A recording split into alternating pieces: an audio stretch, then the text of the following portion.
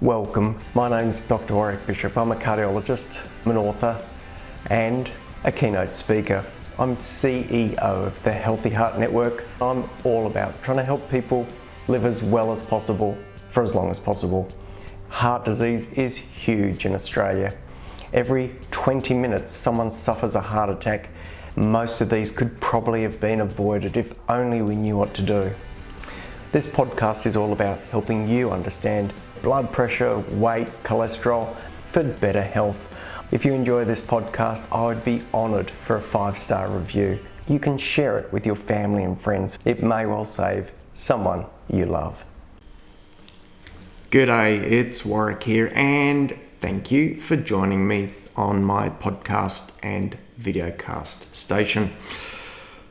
I often say I'm really appreciative of you tuning in, and I'll say it again, I am. Thanks so much for listening, and I really hope you do find something informative, interesting, and possibly even entertaining as we talk and share today. I'm going to be talking about inflammation. This word comes up an awful lot. I'm going to talk about arterial calcification and how we can use that for risk prediction, and I'm going to talk about metabolic dysfunction, really meaning how the body's just not running clean fuel, like our car not being properly tuned. So let's talk about inflammation, the invisible spark to the fire of illness that we often can confront. Often when we think of heart attacks, we think of them as a plumbing problem, blocked pipes, clogged arteries, but that's sort of only part of the story. Many heart attacks happen not because of gradual narrowing, but because of plaque rupture, where a soft plaque becomes inflamed, the covering for that plaque cracks, splits, and the contents of the blood come into contact with the contents of the plaque.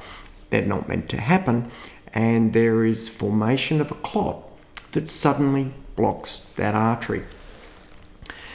That inflammation, that plaque rupture, that cracking, that's inflammation. That's inflammation at work, and it doesn't just happen in response to injury or infection. It can be much broader than that. In modern life, we often think of it as a driver of poor metabolic health, inflammation associated with stress, lack of sleep, visceral fat, the sort of fat that is wrapping around your organs, will generate inflammation of its own. And chronic conditions, unfortunately, will often be linked to inflammation. Things like diabetes, but even joint problems like arthritis or psoriasis.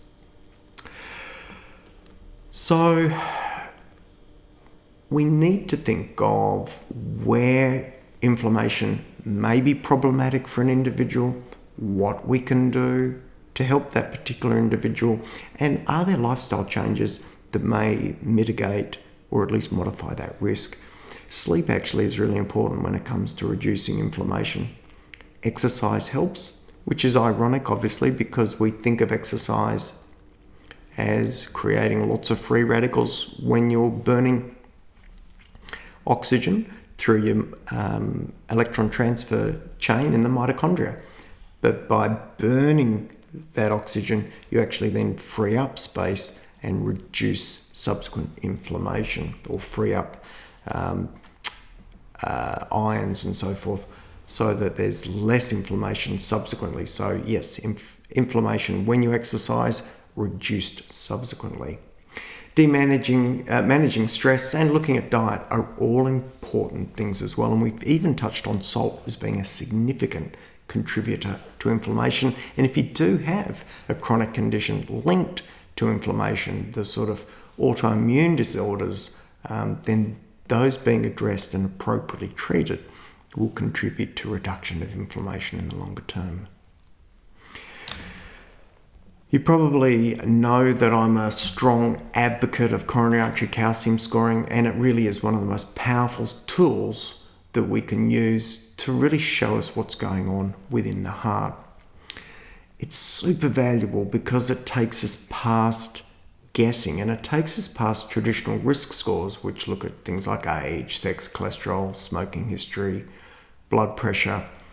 And those risk scores are population-based. They tell us a rate of event within a population, or how often that event will occur within a population of a certain number of people. But it doesn't give us real insight into the individual. Coronary artery calcium scoring, literally taking a picture of the arteries, shows us whether there is plaque in that person, yes or no. And if present, is it mild, moderate, or severe? Really reassuringly, we know if you've got a 0 calcium score, you're at pretty low short-term risk. That's over the next 5 years, and we don't even need to do much in terms of therapy for most people. Even if there are high cholesterol levels or pre-diabetes, these people will still tend to be at very low risk. Doesn't mean we shouldn't address their other risks, but it's a nice reassurance. Once the score starts to go up, then there's a significant uptick in people's risk.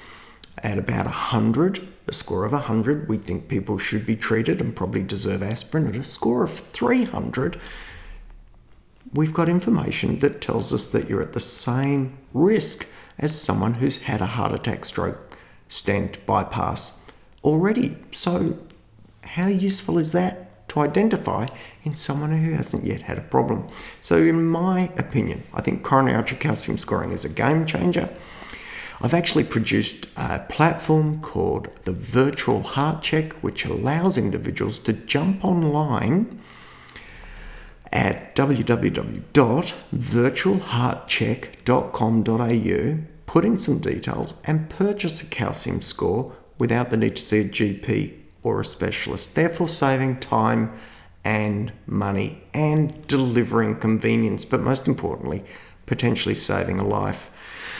So if you or someone you love is a male 45 to 50 and above, or a female 55 to 60 and above and hasn't had their heart checked, isn't on any therapy for their heart, please talk to them about getting a heart scan, and you may want to use the Virtual Heart Check because it's a really simple way to do to access a scan in any major centre in Australia.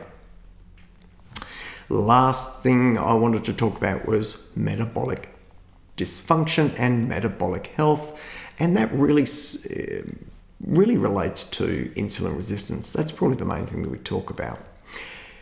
Importantly, if you're carrying extra weight and that weight is around the middle and your triglycerides up, your HDL is on the lower side, you've got a slightly high fasting glucose or high blood pressure, you may be the sort of person who has the features of metabolic dysfunction.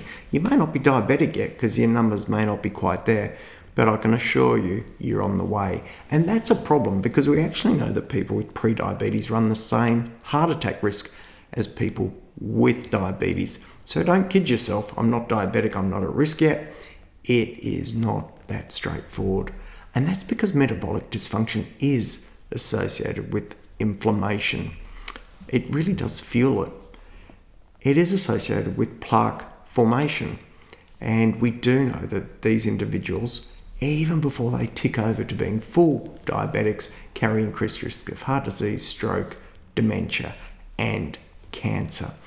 So that central adiposity, that weight around your tummy, that belt going out, those HDL levels dropping down a bit, those triglycerides creeping up, these are all the canary in the mine shaft indicating that things are not right, and you should be thinking about best ways to mitigate that and look after yourself, implementing some simple changes, reducing your carbohydrates, reducing alcohol. Exercising regularly is a great way to start straightening out metabolic dysfunction. So what did we talk about today? We talked about inflammation. It's a really big deal. That ties in with the last thing that we talked about, which was metabolic dysfunction. These almost go hand in hand.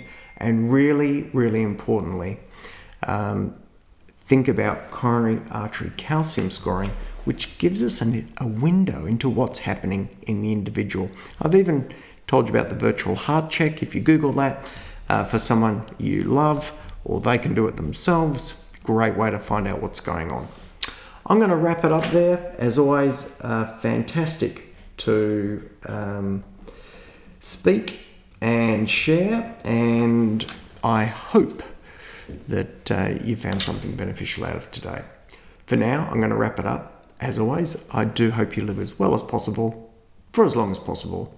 Take care, and bye for now. Join the Healthy Heart Network and become part of our growing community.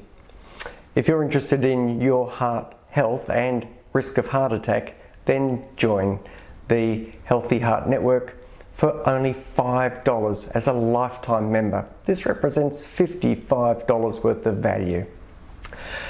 We offer and help people understand their present state of heart health, what their current level of risk is, and the positive steps they can take to improve their risk of heart attack in the future. Go to www.healthyheartnetwork.com.au and click the Join the Family button.